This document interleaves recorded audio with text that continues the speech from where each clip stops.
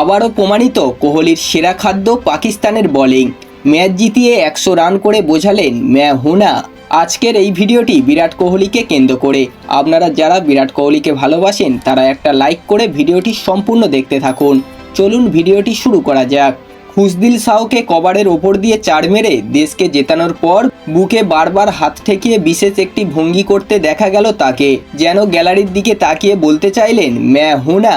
2012 Asia কাপে 183 run, 2015 একদিনের বিশ্বকাপে 107 রান, 2023 এশিয়া কাপে 122 রান, 2025 চ্যাম্পিয়ন ট্রফিতে অপরাজিত 100 রান, সঙ্গে টি-20-র অসংখ্য স্মরণীয় ইনিংস। সত্যিই তিনি আছেন, তিনি নিশ্চিতভাবেই আছেন। পাকিস্তানের বিরুদ্ধে ভারত খেলতে নামবে আর তার ব্যাটে রান দেখা যাবে না এমন খুব কমই হয়েছে।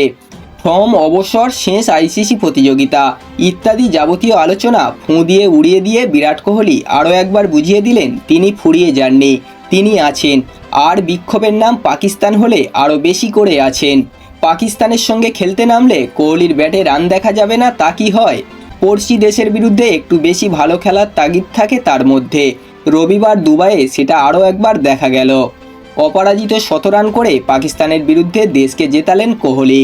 শুধু জেতালেন বললে ভুল হবে, শুরু থেকে শেষ পর্যন্ত যেভাবে তিনি দায়িত্ব নিয়ে খেলেছেন তাতে মাথা তোলার কোনো সুযোগ পায়নি পাকিস্তান।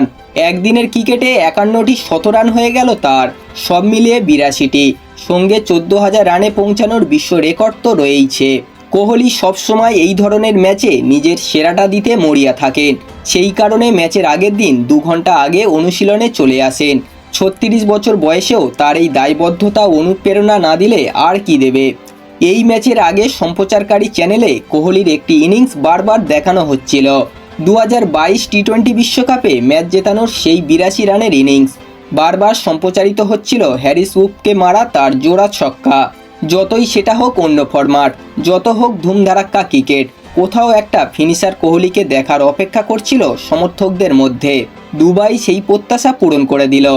অধিনায়ক রোহিত শর্মা বলেই দিলেন দেশের হয়ে ও খেলতে কতটা ভালোবাসে সেটা সবাই জানে। এত বছর ধরে ওকে দেখছি আর ওকে দেখে অবাক হই না। তখন সবে রোহিত শর্মাকে হারিয়েছে ভারত, ফলে শুরুতেই নেমে পড়তে হয়েছিল কোহলিকে।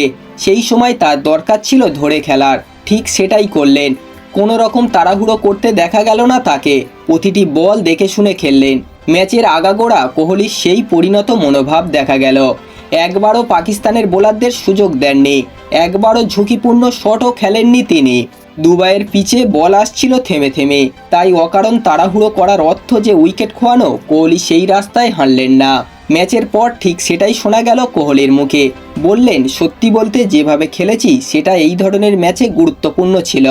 রোহিতকে শুরুতেই হারানোর পর ম্যাচ জেতানোর পিছনে নিজের অবদান রাখতে পেরে ভালোই লাগছে। আগের ম্যাচ থেকে অনেক কিছু শিখেছি।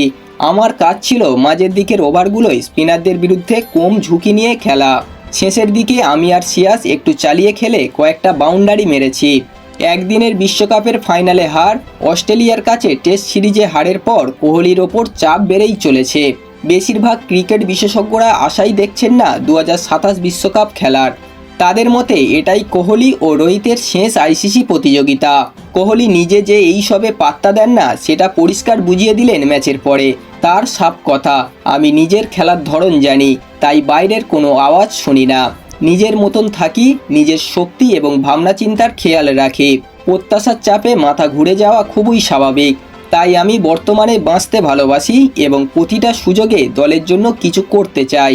প্রতিটা বলে 100% দেওয়াই আমার প্রধান লক্ষ্য। সমালোচনায় তিনি কুঁকড়ে যান না, বাইরের আওয়াজকে দূরে রাখতে পারেন তিনি। এক মনে নিজের কাজটা করতে পারেন। তাই তিনি পাকিস্তানের ত্রাস, তাই তিনি বিরাট কোহলি। বন্ধুরা, এই ছিল আজকের ভিডিওটি। বিরাট কোহলির এই ভিডিও আপনাদের কেমন লাগলো অবশ্যই কমেন্ট করে জানাবেন। ভিডিওটি ভালো লাগলে একটা লাইক করে দেবেন এবং এই ধরনের ক্রিকেট নিউজ সবার আগে পাওয়ার জন্য চ্যানেলটিকে অবশ্যই সাবস্ক্রাইব করে দেবেন।